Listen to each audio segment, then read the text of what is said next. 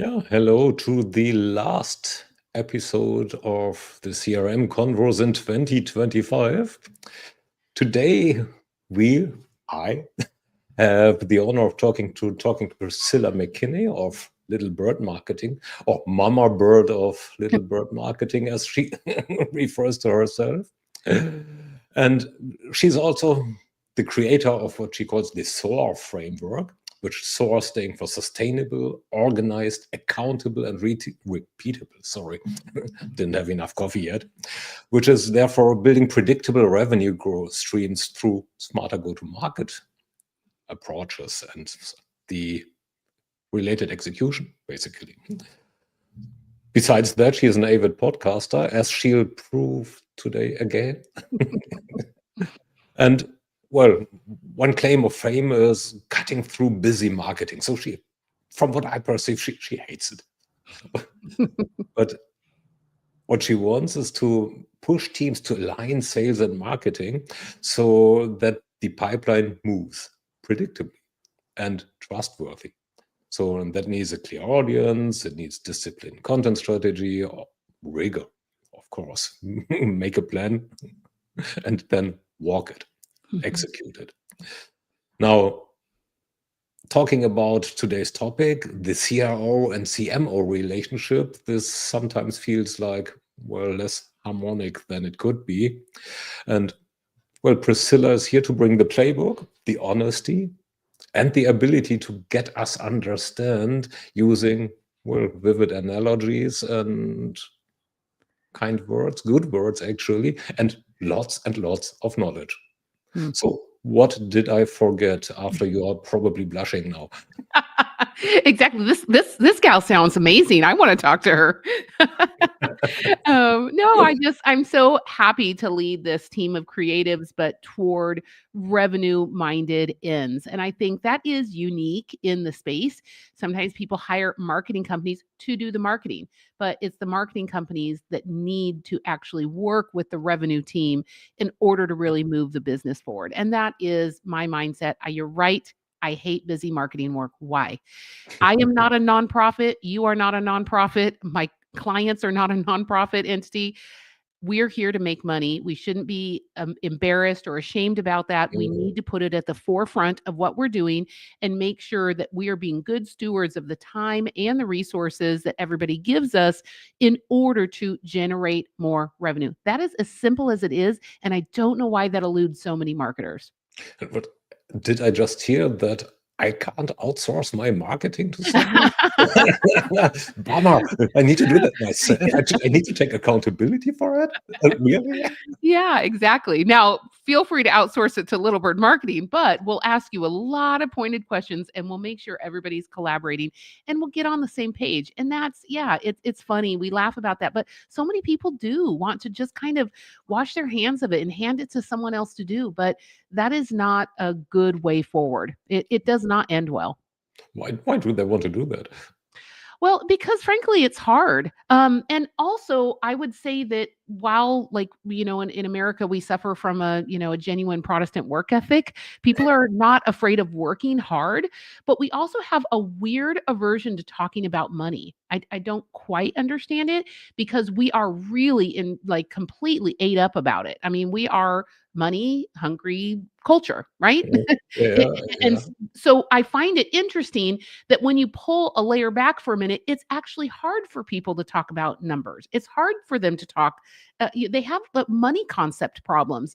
It's great when it's theoretical, but when it comes down to, yeah, but this lifetime value, but this churn rate, but this, it's like people are like, oh, well, I don't want to talk about numbers and money. It's like, yeah, that's exactly what we're here for. So I think it's about, you have to find the right people. And I would say a crazy thing that the rabbit hole, first we're down one rabbit hole, you and me, Thomas, is that, when you're interviewing people, ask them about money, ask them to talk about it, watch them. Do they hem and haw, or do they just get right to a point and say, oh, well, that should cost about this, and I'm okay with this, and this is about the return. And if they can actually talk about money, then you need to keep talking with them. And, kudos to the one who can read a P&L and really understand what the business is there for. And I think we're missing that interesting piece. And then we get into marketing and we've got the CMO and the CRO there. And of course, they're going to be in a tug of war. But sometimes that foundational ability to really just talk about money and talk about numbers is not in the vernacular. That almost sounds like there is some shared DNA between Americans and Germans. Yeah, but you guys don't want to talk about anything. Talking money is a big no-no. Yeah, listen, I lived in Germany, and I'm telling you, it's just like, it's all just tight-lipped about everything. So, as a cultural anthropologist, I say, I think that's a funny way of looking at it, but I think it is important to put those things out there. And, when I'm working with teams in Europe, I have to be aware of different sensibilities. People come at money in a very different way. But if we are leading this team, if we are moving forward, if a company has given me a remit that is revenue related, we're going to have to talk about money. Yeah, but talking about money from a CRO side and a CMO side. Yeah. So, well, they share the similar objectives, making the company more successful, the company they work for. Right. Now, on the other side, there's a bit of a tension between those two figures. Yeah. Roles, personalities, people. So what is this main tension usually? Well, I think the classic fight is about lead quality versus quantity. That's kind of classic. But I think we should take a step back. That's what the departments fight about. But if we take a step back to the CMO and the CRO, let's think about those roles for a minute.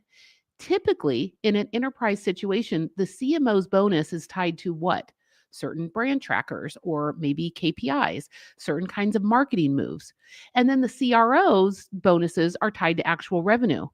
I think that's where everything falls apart from the beginning. Why should those two different people who should be sharing, a goal and sharing an outcome, why are they getting bonused on different things? So that's a weird thing. I see it a lot. And I think that ultimately is a foundation thing that will not work, because then the marketing, the CMO person is going to constantly be working to make sure that the brand tracker looks the same, or we're hitting this number. They're working on different numbers. And I think the CMO and CRO sometimes, even though if they're great people, they might have been set up by the company in a way, maybe not intentionally, but to where they're not going to work together. They don't share a goal. And I think that has to happen. But the classic fight, like I said, comes down to their departments. It's salespeople always pointing at marketing people saying that lead stunk, and marketing pointing at salespeople, we gave you tons of leads, you never picked up the phone. Right? I've heard that story once in a while. Yeah. Why are companies smart enough to tie the objectives of these key roles that are ultimately underpinning the success of a company, with KPIs that are that different, not supporting each other even? Yeah. I honestly don't know. And I think the CFO is a part of that too. I think the CFO needs to be brought into the same things. If the CFO signed off on certain things, like let's say we're going to go to this conference, sales wants you to go, marketing says they can figure it out, CFO is looking at the budget, they need to be able to say, not just, oh, do we have the money for it? They need to say, my bonus is tied to revenue generation. Is this going to be a good conference? So I think, let's just pretend for the sake so that we have something to talk about for the next hour. Let's say that somebody solves that and they're all supposed to be, generating revenue. There's still problems. There's still problems internally between sales and marketing that keep cropping up. But I do think we could, put a Band-Aid on these kinds of things. But if the overall company is not awake and alive to perhaps the foundation that they've set that is not going to yield success, no matter how much you keep putting pressure on people, then it's just not going to work. So no, let's flip that a little around. So they can't totally oppose each other. Right. Well, they can, but they really shouldn't. But where do they, even in a normal quote unquote, pull the same road and that into the same direction? Yeah. See, let's talk about the positive of it. And it's what people miss is that when the CRO and the CMO actually collaborate, they are both working towards that North Star revenue growth. And they're not looking at marketing metrics. They're not looking at sales activity. They're just looking at the results, at the revenue. But, it's that classic marketing sending over what they consider to be an MQL. I hate acronyms, but a marketing qualified lead. Like, hey, somebody Mm, was interested in this. And then sales looks at it and says, like, looks at it and is like, what is this? A box of rocks? They're just not even interested in it, right? mm, And they're like, well, I called, but people are not ready to buy, et cetera, like that.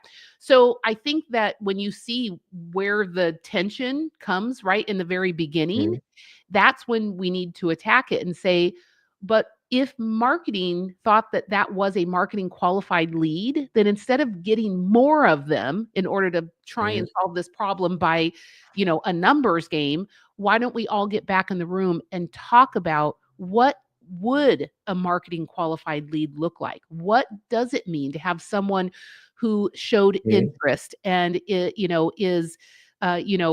is somehow connected to the brand or the product or the service? And then we could talk about, well, the salesperson's job is to qualify them for sales. But there mm, is a piece that marketing can do. Marketing could put that lead through some kind of a rubric or a framework to say, look, we only work the best, let's say, with companies that are, 30 million plus or this many mm, people or whatever it is. And they could actually help with the sales qualification of the lead.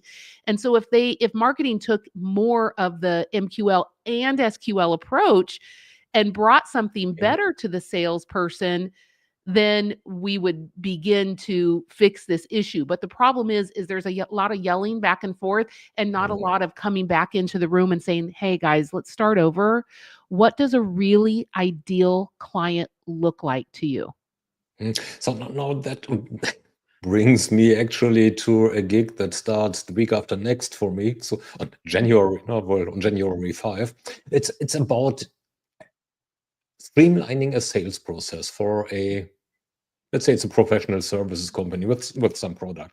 So one of the premises that we'll start working on there is they have a marketing system and a sales system, which is in my eyes one of the core problems on this planet actually. But one of the premises is that a lead appears in the sales system only after it's that qualified that sales can actually work with it. Mhm. So this is that actually no further qualification is necessary. Mm, So if you ask me, if it's no more a lead, it's an opportunity, and before it's not an opportunity, it doesn't appear in the sales system. Simple as. mm, mm, So yeah. in your eyes, what would it take to get there in Well, terms of I think collaboration? I think what you're alluding to a little bit, and where I think there is another fundamental disconnect, is in the issue of Mm, timing. mm, And I think that, you know, sales, let's say, reps want to be that first person to make that contact, right? They mm, get excited about like, okay, I'm going to grab this one and I'm going to move this along pretty quickly.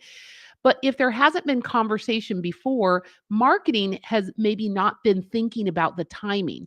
Marketing may have been working more about brand awareness. They might be playing a long game. mm, They might be building the brand.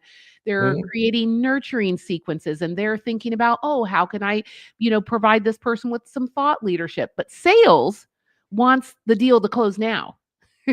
yeah, And they are judged, in all fairness, by the numbers this quarter, what's going to yeah, actually close, and not brand awareness. And so I think when you're talking about this, is it an opportunity? Is it lead? Like, when should it fall into the salesperson's purview? You're mm, right. I think it has to be far beyond the brand awareness and the nurturing yeah, and things like that. And it needs to come into sales when it has been proven that there really is intent. And so I think that mm. different time horizon is what causes additional friction.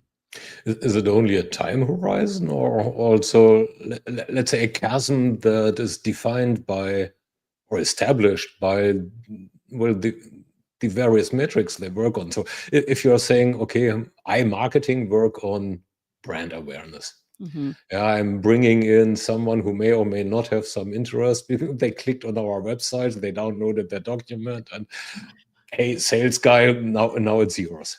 Right. So shouldn't the handover, bad word, but shouldn't the handover between marketing and sales be there where there actually is a reasonable expectation that the person that approached me as a vendor has, well, not only interest, Mhm. but also a budget and a timeline in mind before I burden, quote Mhm. unquote, action again, burden the salespeople with. Right.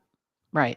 And that's what I mean by how do you get an MQL to an SQL? Many Yeah. departments feel like the marketing is only responsible for that MQL. Look, they did something. They downloaded something. Look, you know how easy it is to download something? That doesn't mean I have any intent, right? And so they say, "Oh, we're done at MQL stage." But I don't think that Yeah. that's true.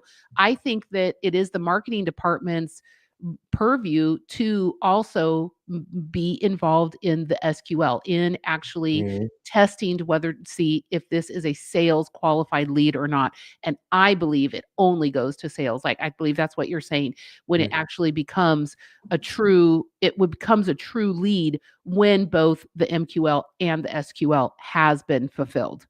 Mhm. Right. So now in your eyes, what would be an SQL? Well, I think it'd have to be not more it'd have to be, first of all, more than just I clicked on a page. Like, if you Okay, go click that back. twice. Right, I mean, that's just too easy to do. There needs to be I try and break this down very simply to someone. You need to know, did the person raise their hand? Right? Mhm. Because that's a very active thing. "Hey, could you give me a little bit more information on this?" That's very active. Passive Mhm. is I downloaded 2 things. I downloaded 3 things. I went to a webinar. Pretty passive. But if Mhm. I raised my hand and said, "Yeah, I'd like to know about that demo," or "I'd like to, consider a pilot," or "I asked about pricing." These are intent, types of these are what I would consider hand-raising gestures. Mhm. And that's when it would go to sales. Because listen, we can't make marketing all the bad guy because there is brand building, there is education, there are things that are very important in nurturing sequences. And the magic doesn't happen unless those things are going on. But just because there is a little bit of someone struck a match, that does not mean this is a hot lead. Mhm. you know?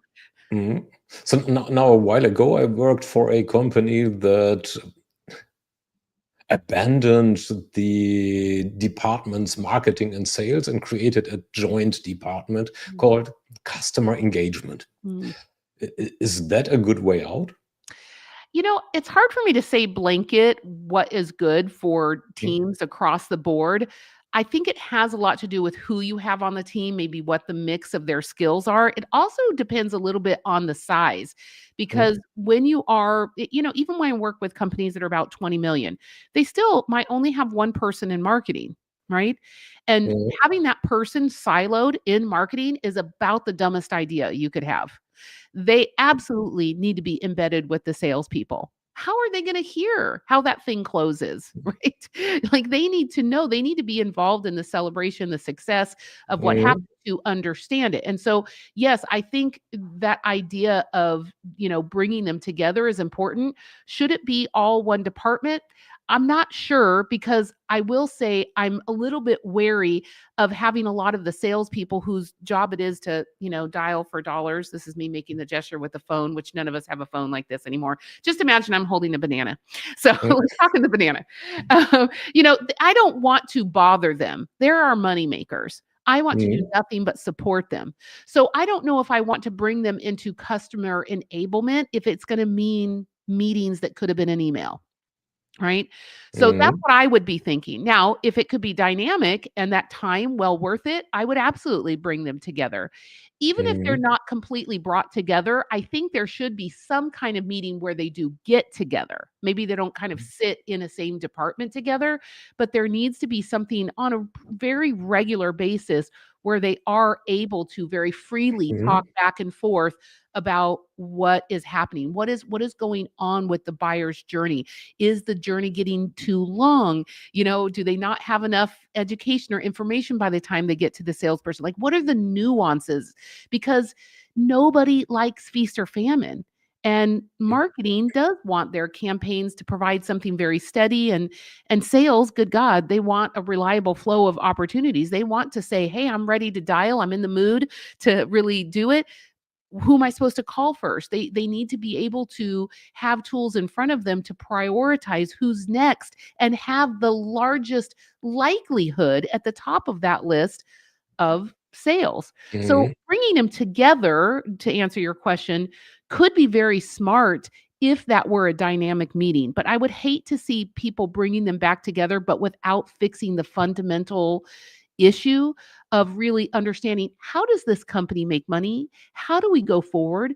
Because I think we all know it's not always new dollars, right? We might need to have a conversation about some other things which are very important, which is, maybe engaging past clients that have not Mhm.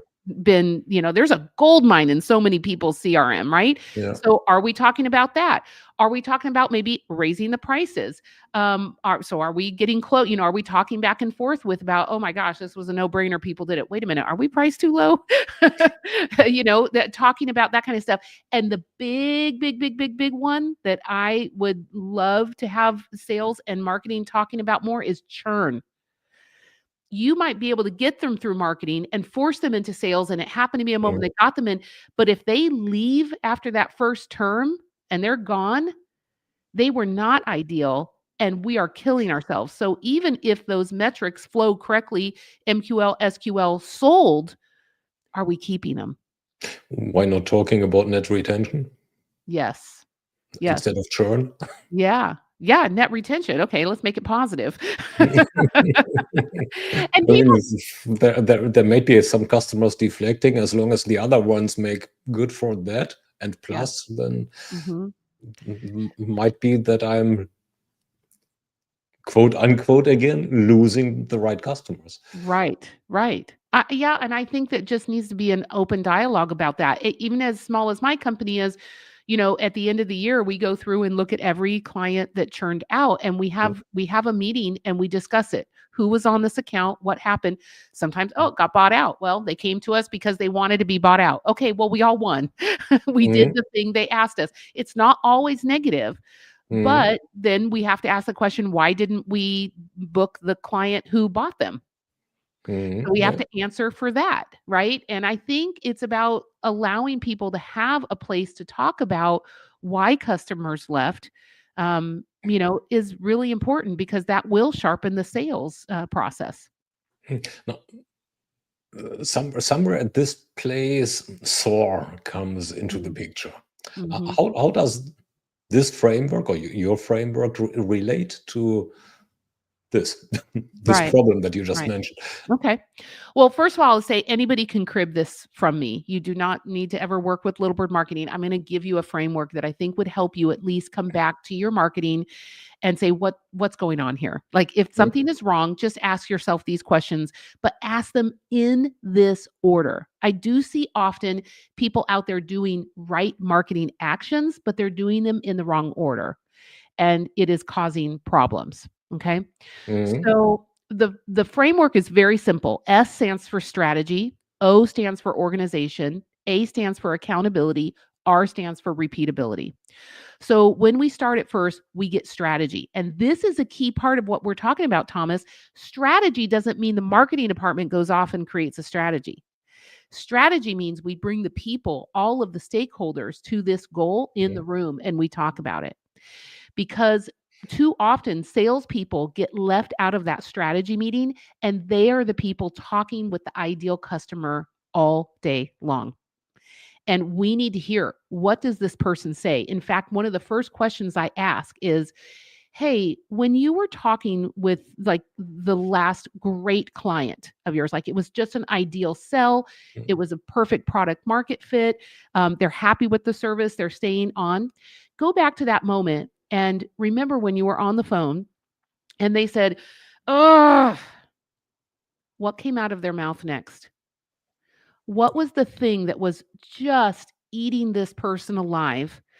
What was the pain they were in? And let's get really clear about that. And only the salesperson really knows the answer to that. So that's where strategy starts. So in the strategy, we pick that, we need that input. And how do I get that out of the salesperson? In time, not once in a year in a strategy meeting, but Yeah, when at the time it matters, actually. right. At the time that you're going to think about changing your marketing or investing in new marketing, pivoting, whatever, it's not something you have to hear from all the time. If you really know your audience, unless you change your service or your complete pricing approach or your product or something very massive, you should never have to come back to your persona for anything more than a light refresh. Like, for example, when AI hit the mainstream, of course, go back and refresh your personas because now they have different frustrations. Now they're having different problems. That was pretty monumental. When COVID hit, we had to go back and revise our personas because everybody corporately is dealing with really different issues. But for the most part, your ideal client persona should not change. This is not a weekly meeting, a quarterly meeting, a yearly meeting. You should be able to know your personas and it lasts for a very long time. I still serve the same ideal client. I call her C-suite Stacy. I know her. I know how she thinks. I know what's wrong. I know why she's up late at night on Sunday, what she's freaking out about. I know the things she says when she goes, "Ugh," and then she speaks. That is what I am trying to solve. I'm trying to get marketing people on teams that are tied, whose success are tied to revenue. I'm trying to get them to sleep at night. So I often refer to my company as a sleep improvement agency. Right? That's much better than I'm a marketer. Like, yes, they've got to get marketing done, but you know what Yeah. they want? They want to sleep on Sunday night. Yeah. So how does all that translate? Well, this sounds like marketing speech. Uh-oh. Well, after all, you Okay. are a marketer. Right. Yeah. Uh, Okay. I think that's but fair. then you're working across the board, so your objective is not to only improve the marketer's life, but the company's life, and with that, Mhm. the CRO life. How Mhm. does all this soaring translate into terms Yeah. that are understood by a CRO? Okay, I love that. So I'm gonna take a minute. I'm gonna go real quick through SOAR, and then let me answer that, like why, how that actually works. So, or O, very simply, is organization. That Mhm, means who's responsible for it, when is it getting done, what is the mhm, checklist? Like it gets done the same way every time. We have templates, like I don't care what you use, Trello, Monday, I don't know who's doing it. It's not like, oh, it was a great idea. We had in a marketing meeting. No, no. Is it organized? Do we know mhm, exactly when it's going to get done?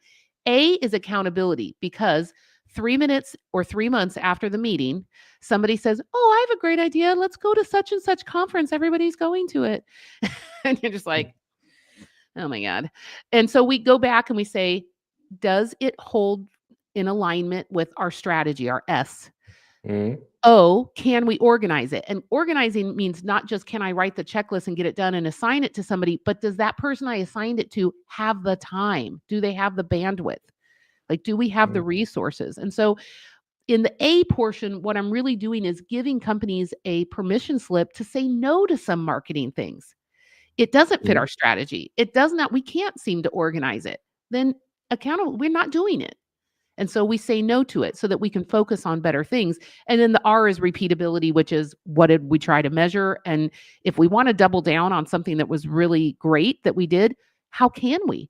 What were the metric? Like we need to be able to know what actually worked in order to double down. Okay, so that's the framework. So your question is how does that help sales? Yeah, well, this is from a salesperson point of view. It's, well, with the exception of probably the accountability and the repeatability, kind of fluffy. Yeah. So, Well, the and salesperson, in my opinion, is not involved except for in the S, except for in the strategy. yeah. They give that valuable piece of information in marketing about what works, about what will help convert, about what is meaningful conversation to have in Mhm, order to book a sale. Then they're done. They go off. Now marketing has to go SOAR. They've got to go figure that out. Meanwhile, sales goes back to their particular job. But the reason why it's so key is that they were all in agreement at the very beginning about who our audience was. So when later on sales comes back and says, these leads are a load of crap, this isn't a person with the title XYZ. Well, is that what they shared in the strategy? Like, we should be able, if they were participating in the strategy sessions, then we're now responsible for delivering to them what they asked for. And so while it might seem fluffy to do the OAR in marketing, that is just us getting marketing stuff done. But that S is where everybody has to be bought in, and we don't go any further until we get S dialed in. And then I don't care what technology you use. I use HubSpot. You're not a fan of HubSpot. Other people use Pardot. I don't care if your CRM is an Excel spreadsheet. I mean, God help you, but let's just say it is. I don't care what you use. Everything else after that is fluff. If we have not agreed on who our audience is and why we are of undeniable value to them. So why didn't you make in the acronym the word outcome more prominent? Because right now, I now translate what you are saying into my, of course, yanking the chain type of words. I do see basically two SOAR cycles, one on the marketing side and one on the sales side, and they are, well, except of probably a joint understanding of strategy, independent of each other. Whereas they need to tie into each other like two cog wheels. Yeah. So, which is usually tied by an Well, that's outcome. kind of what you talked about, hey, would it be better if they were together in a customer engagement department together? And I just said, yes, maybe or maybe not. But I do think they can work, like you say, as a cog, relatively independent, but they come together in one place in that handoff, right? And so I do think they can operate separately. It's just that they are inextricably tied together, and that tying together needs to be very greased, right? If you're going to use the analogy of the cog. But I also, Thomas, to be fair, I am a marketer, and SOAR sounds much better for little bird marketing. So I don't think I'm going to use the word outcome. But if you come up with an acronym that is better Well, for birds are birds, soaring, except if they are emus, strausses, or right. penguins. But I think, to the point, what I'm trying to do is create a very simple framework. And I think we know it's simple, but it's not easy to do. Yeah. And I'm always trying to get people in sales and marketing to quit making it so complex. I'm like, let's come back. So that's why mine is very simple, is that when I'm out, which I'm constantly under the gun to very quickly assess what is going wrong in a company. And so I could go all day long and listen to crazy complaints. Oh, this person did this and this is and this little system. And then we do the demo, but it's on this, technology, and that one doesn't work sometimes. I don't want to hear all those things. What I need to find out is what is going wrong. And oftentimes it is so simple over in strategy, or it's in organization. Like, I can find those buckets very easily. And it's a little bit more of a helpful diagnosis tool to understand that something has gotten out of order. So now let's assume they cooperate, collaborate even. Yes. And that willingly. Yeah. So if there were 2 or 3 objectives or outcomes, objectives in terms of outcomes, that the CMO and let's call him or her chief of sales instead of chief revenue officer, what should be those 2 or 3 key outcomes be that they should agree upon? Is it retention, revenue, pipeline velocity, growth in general? So, and how to get there? Okay, that's a big question, but I will answer it by this. I think each campaign needs to be measured by different outcomes. Okay. And there are some things, like we mentioned, that marketing needs to do that are brand awareness. Sometimes those are fluffy. I'm sorry. That's what marketing does. Sometimes they're kissing babies, shaking hands, and they're just being goodwill. So you're at let's say you're at a conference, and you buy drinks for everybody at the bar. okay, you know what? I can't tie that exactly to revenue, but there's some goodwill there. But I'll Mhm. take one case in particular. I do a service called Revenue Sprint, and it is an agreement for somewhere between 4 to 6 months. And it is a series of 3 webinars. Sometimes it could be an event in person or something like that. But for simplicity, let's just say it's 3 webinars in succession. And Mhm. the reason why we run this kind of a marketing campaign and a revenue campaign is specifically because we don't have the salespeople talking with the strategy at the beginning, and we probably can't solve the entire company. But if we could take it in a small piece and say from 4 to 6 months, we're going to very much focus on a revenue sprint.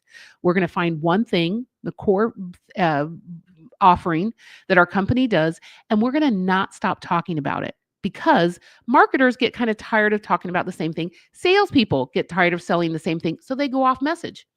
And I'm like, Mhm.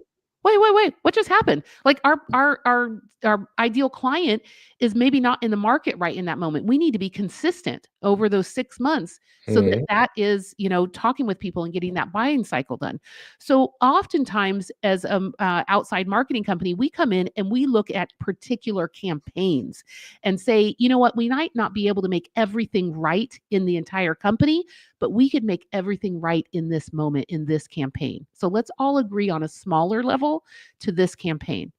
And so we have that kickoff meeting. And what we decide often for a KPI is we work backwards from a cookbook.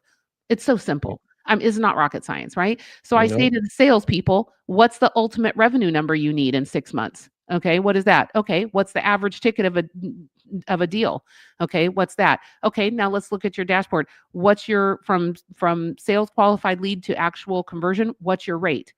And they'll all inflate the numbers. So you got to go look the data up because they do Mhm. not know their numbers. Let me tell you that. And go back and forth, go all the way back. Okay, how many demos is that? Okay, so how many meetings is that? Okay, so how many interests is that? We just look at their numbers of what they've done in the past and say, okay, let's apply these numbers and let's work it backwards. If now we're saying we need $1 million out of this effort, Mhm. and we're going to spend, $120,000 with Little Bird Marketing to get this million in. Okay. So how many leads does it need? We go back and we look at it and say, well, is this realistic? Like, let's say, for example, someone says, oh, I need, we go do this math and they're like, okay, well, they need 50 leads. And then they're like, oh, it's one guy. Yeah, he can't actually handle 50 leads. I'm like, well, then how can that be our goal? You Mhm. know? So, if you get those goals, like, if you look at it and just start in one campaign as opposed to fixing the entire company, you can get little moments of truth that help people understand what smaller pieces of success are going to add up to the overall success of the company. Does that make sense? Yeah, makes sense. This also has as an, let's say, unspoken premise that the data is readily available, Right, right. which it often is not. It How? often is not, and so often what I'm doing is saying, "Okay, well, let's use our best guess," and we set up the first revenue sprint we do with a company is gonna be setting the benchmarks then. I wish that everybody had their numbers when I came in, but they don't. But I'll tell you what, once they Mhm. start with us, they're going to have them afterwards. And so people come in all the time and talk SOAR, they talk R. Priscilla, we need this number and this repeatability. Da, da, da. I'm like, well, you can't have that. You can't have the R conversation first. That's out of order. You've got to do SOA, then you'll get R. And now the next time we do SOAR, it's going to be so much better because we now know, we now have data. And so I Mhm. think when you get people together and you create a system like that, it puts an accountability to it to say, okay, well, then let's see what we're made of. Now, I often will set 2 goals. This is what we think is a realistic goal. And then this is our BHAG, our big, hairy, audacious goal. Okay, let's see if we can hit it. This would be really fun to try. And it does help people get the sense of, like, we're just human. Like, we want a goal and we want to achieve it, but we also want to be asked to do more. We really do. And I think if we can set up revenue sprints and if we can set up account-based marketing campaigns, we can set up small, maybe industry, maybe a small campaign that goes around with a conference, whatever it is, try and test out the source system and get everybody on the same page for that campaign before trying to fix the whole company. So now I'm putting myself into the CFO or the CEO chair. If I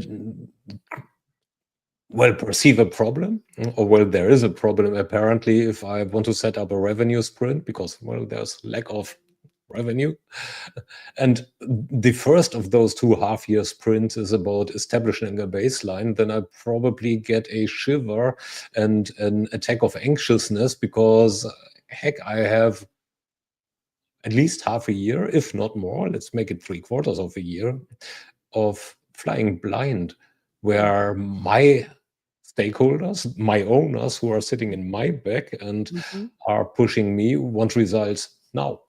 Right. Like, Right. But if wow. they've come into a revenue sprint with us without those numbers, they've been flying blind this whole time. So how is that different? Now we're going to fly blind for a little bit, but with a purpose of getting the foresight, of getting the data, of getting a system that can be repeated. And obviously, if Yes. it doesn't work, we're not going to repeat it. But that there may be a lot of other problems. I mean, if they can't sell their stuff at all to ideal clients, then they probably have a different problem than Yeah, Mark. well, they apparently have a different problem, but just for the sake of it, they now have identified that they have a problem. And as they have identified a problem, the C-levels are usually like, and now fix it right now, right this freaking second, and Right. not in half a year.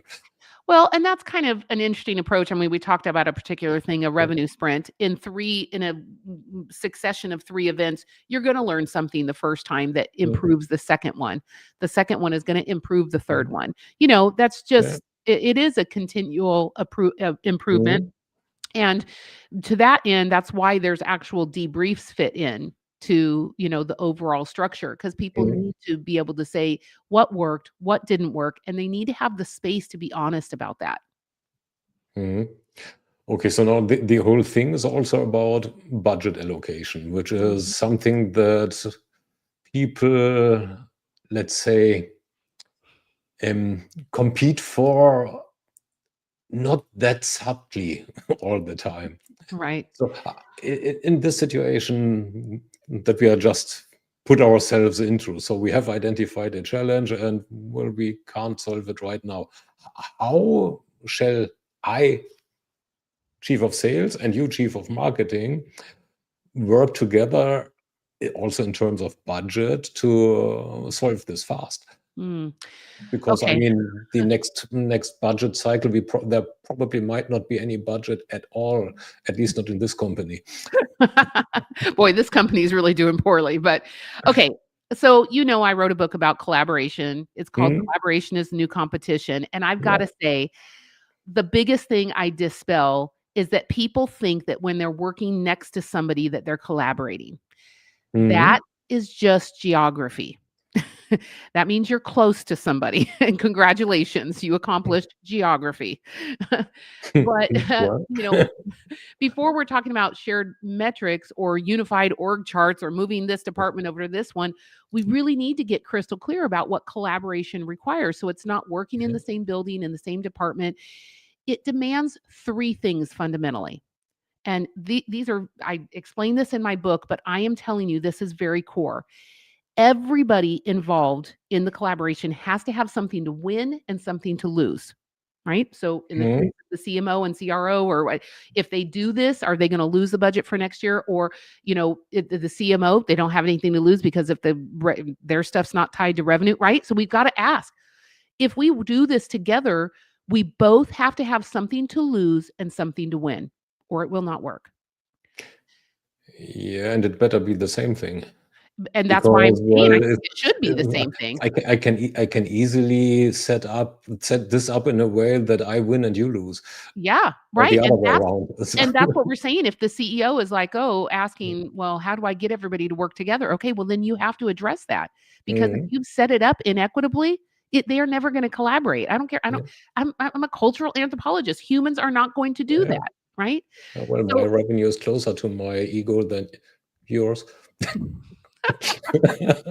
I don't know. I think we all operating, we're all cut from that same cloth. I mean, it's It's human, right? So Yes, it is human, and you have to recognize that. yeah. The second thing is that you have to have transparency. You have to be willing to share your cards, we might Mhm. say.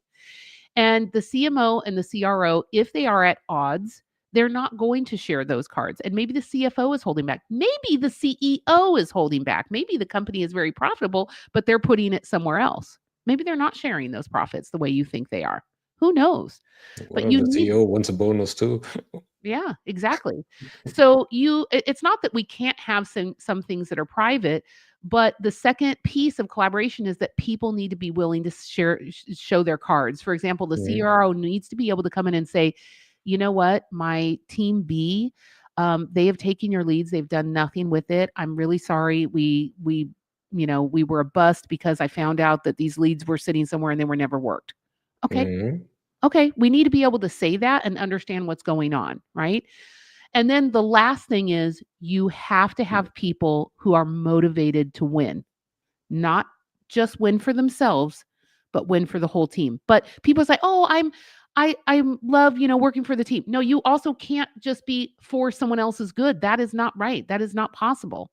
You need to be motivated for your win and others. Right?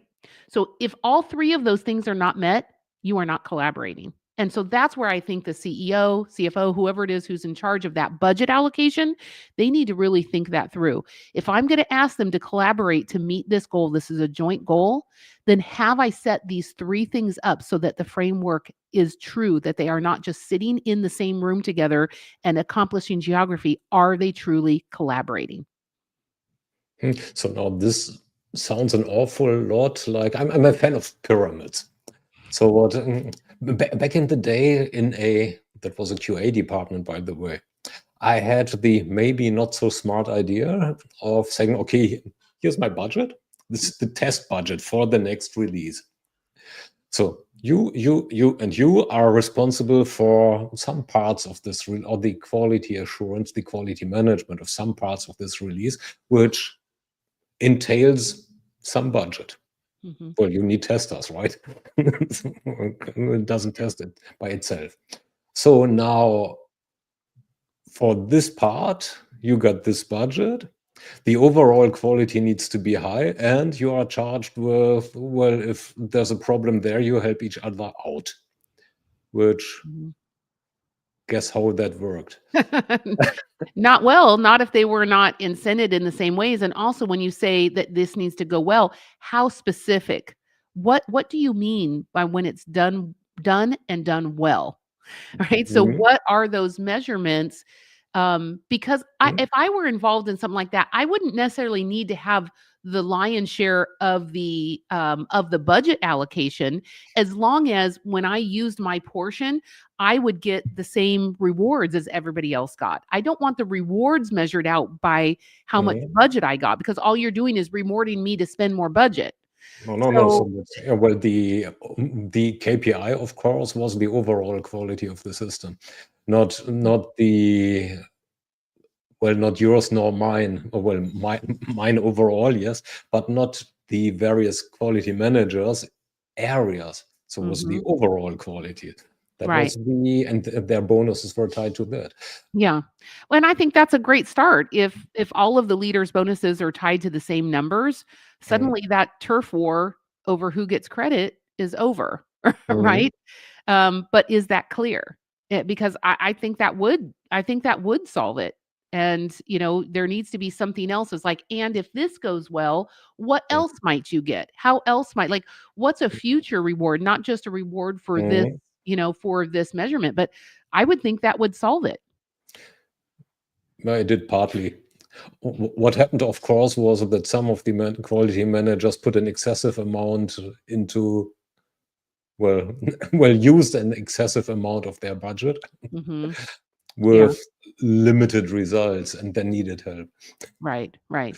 So that was quite interesting. So this I see between the CRO and the Mhm. CMO as Yeah. well in this situation. So if they are both getting a piece of the cake, and Mhm. the cake has a limited size. Mhm. And still the outcome is not necessarily the desired one. And then they need to be able to help each other. So Right. Yeah. where can they incentivize further to make the joint success happen? Right. Okay. Well, I'm going to get in a little bit in the weeds about something I talk about in the book, but I do Mhm. talk a little bit about thinking through hierarchy when you've asked people to collaborate, especially on an effort this monumental, this important for your company. Um, I'm a CEO, right? And so Mhm. when I walk in the room, everybody expects me to talk. My Mhm. employees know that, oh, Priscilla called this meeting. She's going to say something. It is up to me to make sure that I am not the first Mhm. person to talk, the loudest person to talk, the longest person to talk. It's up to me to figure out how to think through hierarchy. We have to have hierarchy to run our company. That's just the way Yeah. it is. Yeah. But we don't need hierarchy to run every meeting. And if you are Yeah. asking people to collaborate, you need to take it a step further and understand what is happening in the room, who is getting to speak, who is getting the lion's share of, I propose we do it this way, right? And Mhm. then you enter a layer of personality on top of that. I've got a crazy big personality. So Mhm. now I need to be more mindful. And my trigger is the doorpost. When I walk into a door, I'm walking into another room, I'm mindful who's in charge right now? Mhm. Who is going to get to talk more right now? Yeah. And so if you really start imbuing your culture with this idea of collaboration, it's not just getting these shared things and getting these, overcoming geography and actually working together. It's taking that and pushing it out to the whole group. How can we get everybody who's also going to support that CMO, that CRO? How can we get them in a room and lay out the goal? This is what we have to achieve. Guys, what do you think? Let's think outside the box. Let's figure out how we're going to do it. Mhm. Everybody have ideas. And it is a way that there's so many ways you can force everybody to talk and Mhm. and then get a different approach to what's happening. And actually sometimes it's the not always, but sometimes it's the lowest man on the totem pole. Sometimes the highest one has the best idea. It's just you have to have a system where collaboration will work when there is that openness and the ability to talk about how are we going to achieve it and why didn't we achieve it before this. Mhm. And there needs to be a place where people can talk like that. Yeah. Is that where your cocktail party analogy comes into picture? I use the cocktail party analogy a lot for LinkedIn, really about how to engage and be helpful and interesting and get invited back to parties Mhm. that you can talk with ideal client buyers. But yes, it can Mhm. apply to even coming into the room and thinking about, you know, people don't think you're interesting unless they know that you're interested in them. And that listening is just a, very underrated skill. And for the sake of efficiency, we just tend in our companies to run like, okay, we'll let the top dog talk and everybody else has to follow suit, but we're losing a lot in that. And Mhm. so instead of being the CEO who walks in and starts barking orders, instead, if we learned to say, oh, well, what do you think about that? Oh, tell me more. Well, why? Why did that happen? Well, and if we start really getting curious, which is a really good tactic at a cocktail party, right?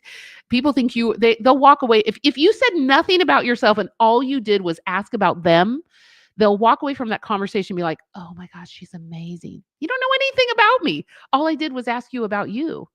And so if we can take that cocktail party and bring it into our teams and get better and better ideas and get people more attuned and accustomed to listening to each other, and that will help us get back on the same page and hopefully solve, maybe mend a little bit of the fences between sales and marketing.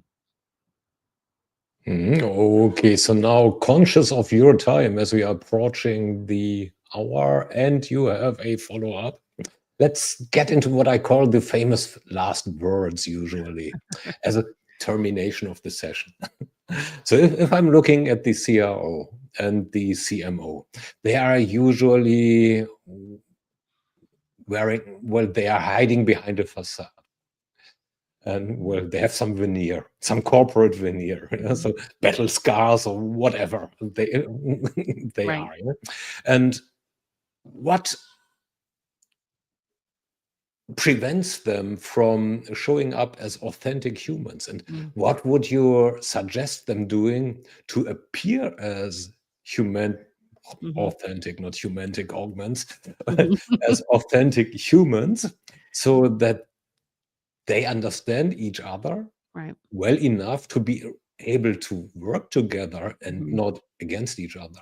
Right. Right. Well, here's the thing. We don't need to be friends with everybody we work with, right? At the end of the day, the CRO and the CMO, if they're going to collaborate, this isn't about being nice to each other. This isn't about Mm, liking each other. It's not about exchanging Christmas cards and going on vacation together.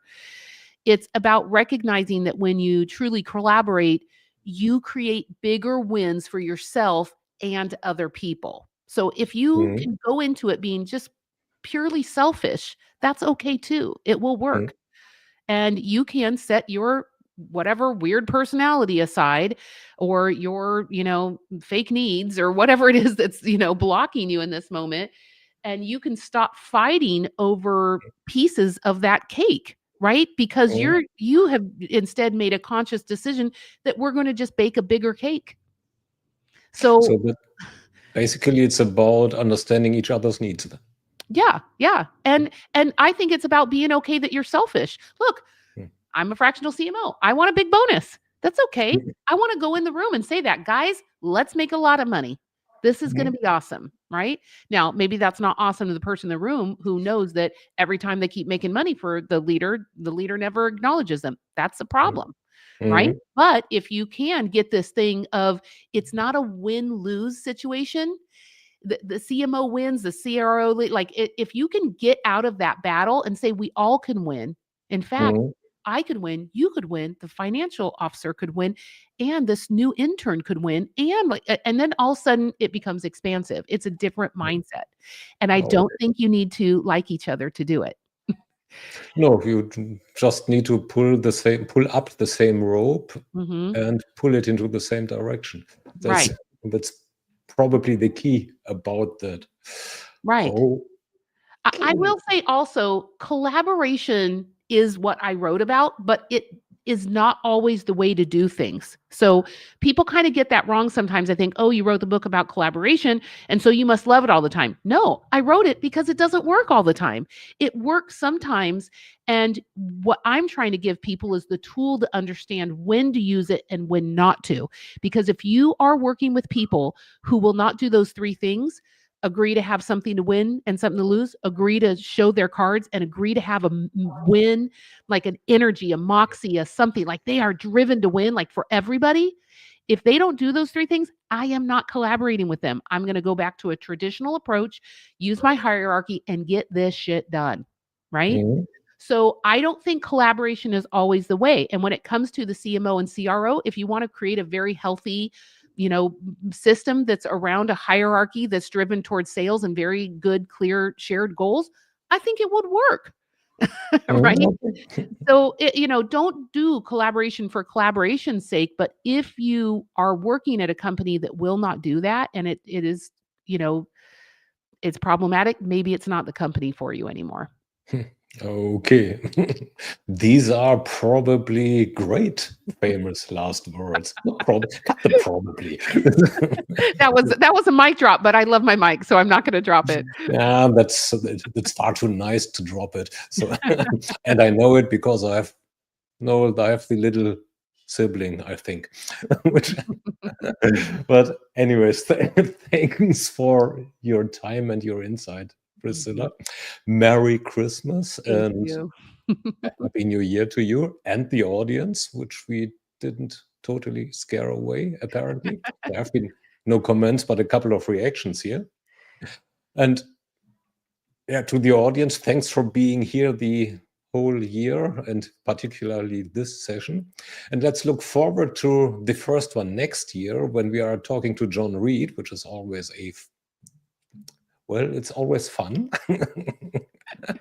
We're really always fun when we are talking with him about, wrapping up the then past year, 2025, and looking into what we as analysts expect from vendors in 2026.